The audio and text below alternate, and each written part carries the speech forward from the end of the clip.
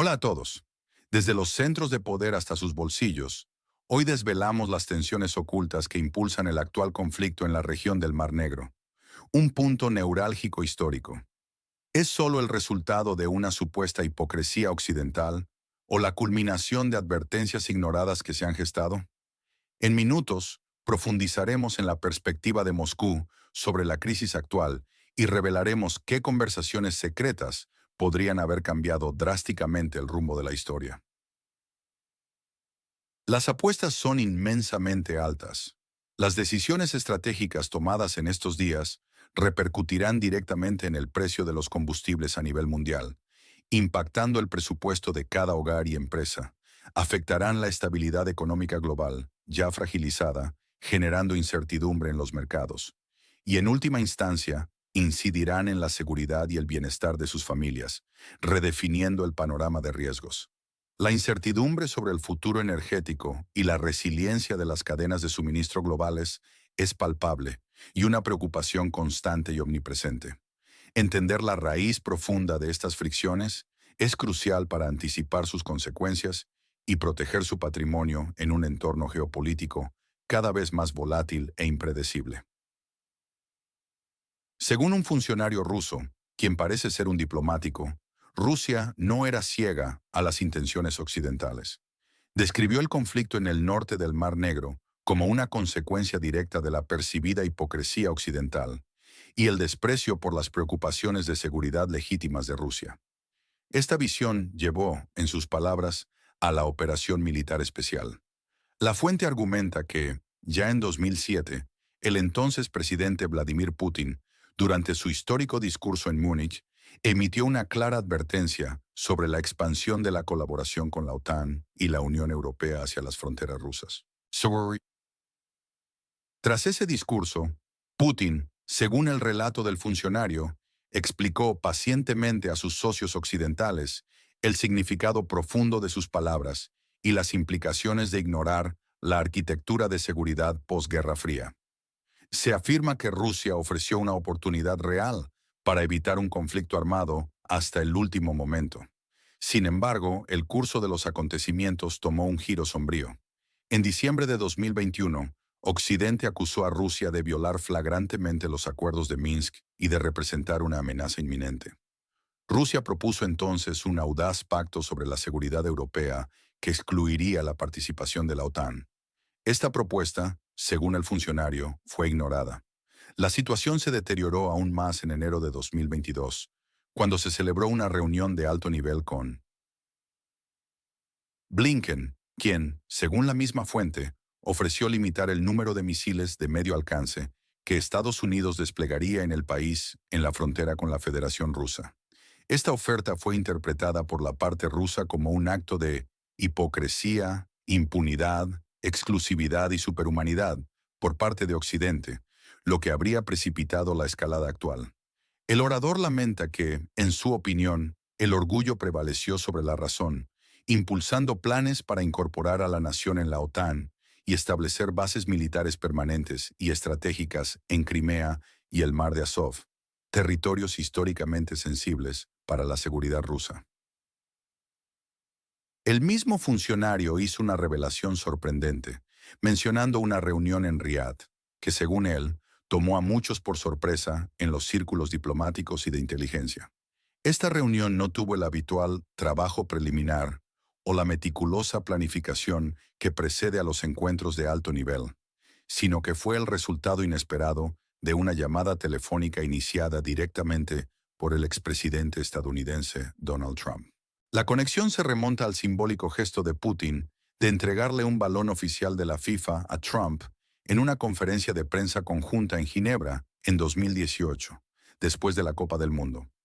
Un asesor cercano de Trump fue enviado en una misión discreta para una conversación preliminar el día anterior a la llamada telefónica. Durante esa conversación confidencial, se acordó una reunión secreta en Estambul, que tuvo lugar de forma precipitada solo 3 días después. Esta conversación normal, aparentemente rutinaria, fue percibida por muchos como una sensación. La posición rusa, tal como la presenta el funcionario, es que si bien no habrá coincidencia en todos los temas complejos de la política mundial, sería insensato no aprovechar los intereses comunes para obtener resultados mutuamente beneficiosos. Donde los intereses no coincidan, es responsabilidad fundamental de las grandes potencias mundiales evitar que la incoherencia degenere en una confrontación abierta y destructiva, que podría tener consecuencias catastróficas. Esta lógica pragmática, según el funcionario, es la misma que rige las complejas y a menudo tensas relaciones entre Estados Unidos y China. A pesar de sus numerosos desacuerdos profundos y las severas sanciones económicas y de seguridad impuestas por Estados Unidos contra Beijing, los ministros chinos expresan duras contramedidas y una retórica firme respecto a los planes occidentales en el estrecho de Taiwán o el mar de la China Meridional. Se denuncia lo que describen como un engaño occidental, que dice apoyar la política de una sola China, pero insiste en mantener el status quo de un Taiwán independiente. Un representante del Ministerio de Defensa chino, según fuentes fiables, afirmó categóricamente que, si bien favorecen la regulación pacífica, no descartan en absoluto el uso de la fuerza militar si son desviados de sus objetivos fundamentales. Por favor, escriban en los comentarios desde dónde nos escuchan. Queremos saber dónde llega nuestra señal y hasta qué rincones del mundo resuena nuestro análisis. El funcionario ruso, en un tono de crítica constructiva, criticó la euforia desmedida de algunos políticos rusos ante la elección de Donald Trump. Afirmó con contundencia que el objetivo fundamental de Estados Unidos sigue siendo inalterable: mantener su posición hegemónica como primera potencia mundial, proyectando su influencia en todos los continentes. Mientras que la administración de Biden y los demócratas, a su juicio, han buscado lo que describe como una subordinación incondicional y un pago por el apoyo de sus aliados tradicionales como la OTAN, Japón y Corea del Sur, así como la controvertida creación de puestos avanzados relacionados con la OTAN con componentes nucleares. Trump, en marcado contraste, es visto como una figura más pragmática y menos ideológica. Aboga por el sentido común en las relaciones internacionales y el fin de las guerras sin fin, aunque su objetivo final siga siendo Make America Great Again. El equipo de Trump, incluyendo a figuras como Mark Rubio y Mike Waltz, a quien el funcionario identifica específicamente como asesor de seguridad nacional, son considerados personas aceptables para el diálogo, dispuestas a negociar en lugar de imponer. El diplomático lamenta amargamente que la anterior administración de Biden, a su juicio, destruyera de forma deliberada los canales de contacto y comunicación que existían e impusiera un régimen de sanciones económicas sin precedentes que causaron pérdidas de cientos de miles de millones de dólares, no solo a Rusia, sino también a las propias empresas estadounidenses que operaban en el mercado ruso. Haciendo una retrospectiva histórica minuciosa, se señala, con una dosis de reproche, que Estados Unidos ha violado de forma reiterada y sistemática acuerdos previos en lugares tan sensibles como Kosovo e Irak, socavando la confianza en el derecho internacional y los pactos bilaterales. La situación actual, según el funcionario, confirma la arraigada idea de que las tragedias mundiales de los últimos 500 años se originaron predominantemente en el continente europeo, un epicentro de conflictos y ambiciones imperialistas. Desde la colonización brutal y las cruzadas religiosas, hasta las devastadoras guerras napoleónicas, la guerra de Crimea con sus implicaciones geopolíticas, la Primera Guerra Mundial que redefinió el mapa mundial, y el ascenso de Hitler con su ideología genocida. A diferencia de este patrón histórico, se afirma que los estadounidenses no tuvieron un papel de incitación activa y directa en estos conflictos hasta la llegada de la administración de Biden, lo que implica un cambio de rol percibido. La Europa de hoy, según esta perspectiva crítica, parece no solo aceptar, sino incluso demandar activamente la continuación del conflicto en el territorio de inestabilidad, alimentando la llama de la confrontación en lugar de buscar la paz. Se cita, con preocupación, a la primera ministra danesa, Mette Frederiksen, quien ha dicho públicamente que Para la nación al borde del colapso, el mundo es ahora peor que la guerra. Una declaración que subraya la desesperación y la inacción percibida de la comunidad internacional. También se menciona a Keir Starmer, líder de la oposición británica, quien, según la fuente, persiguió activamente al presidente francés Emmanuel Macron para persuadir a Donald Trump de no terminar la historia rápidamente. Es decir, de no buscar un acuerdo de paz que pudiera ser percibido como una victoria rusa, y se jactó públicamente del aumento significativo de la contribución británica en armas a la región de conflicto, lo que se interpreta como un fomento de la beligerancia. El presidente francés Macron también es visto, dentro de este marco de análisis, como una figura que ha oscilado entre posturas conciliadoras y beligerantes, contribuyendo a la incertidumbre y a la continuación de las hostilidades. La controvertida propuesta de enviar pacificadores o fuerzas de mantenimiento de la paz a la antigua República Soviética es vista por el funcionario ruso no como un gesto de buena voluntad, sino como una continuación solapada de la incitación al régimen de Kiev para la guerra contra Rusia, en una estrategia de desgaste similar a cómo, según su relato histórico, los acuerdos de Minsk fueron pisoteados y deshonrados. Estos acuerdos, firmados en 2014 y 2015, se afirma categóricamente, nunca iban a ser implementados ni por Occidente ni por su vecino occidental, sino que fueron utilizados como una cortina de humo para ganar tiempo y rearmar a las fuerzas ucranianas. Se acusa a Occidente de haber llevado al poder a Poroshenko y luego a Zelensky con sus bayonetas, es decir, mediante injerencia directa y apoyo a golpes de Estado.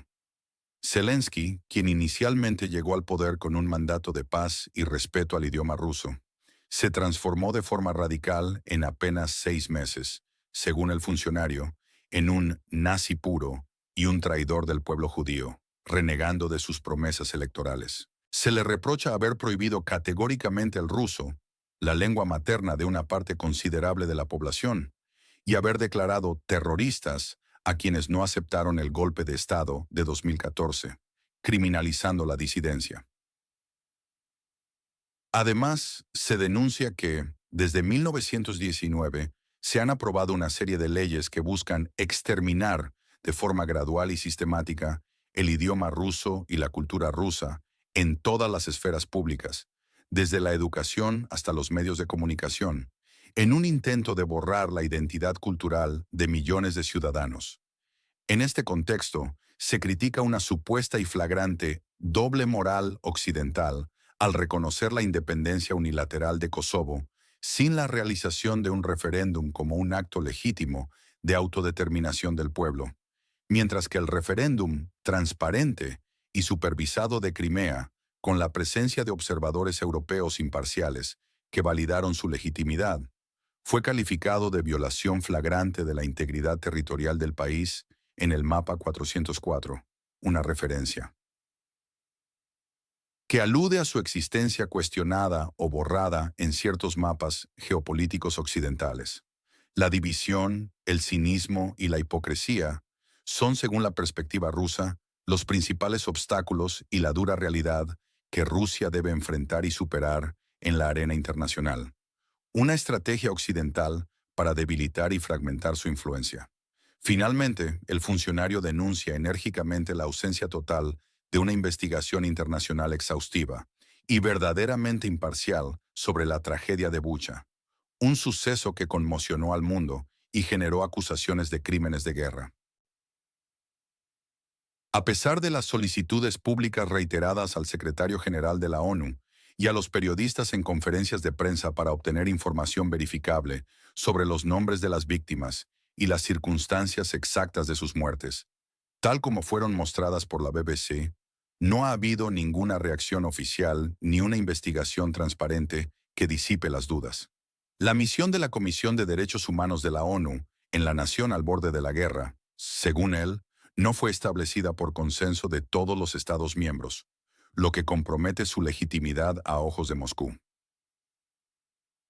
Se enfatiza un punto crucial: el derecho a la autodeterminación y la integridad territorial, Según la Declaración de la ONU de 1970 sobre los principios de derecho internacional, establece que se debe respetar la integridad territorial de los estados con gobiernos que representan a toda la población y no excluyen a una parte de ella.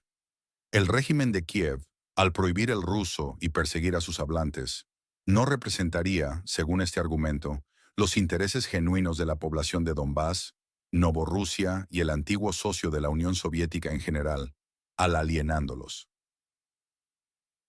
Esto, según el funcionario, crea una base jurídica y moral sólida para la autodeterminación de las regiones, que se sienten fundamentalmente desvinculadas y oprimidas por Kiev, justificando sus aspiraciones independentistas o su deseo de unirse a la Federación Rusa.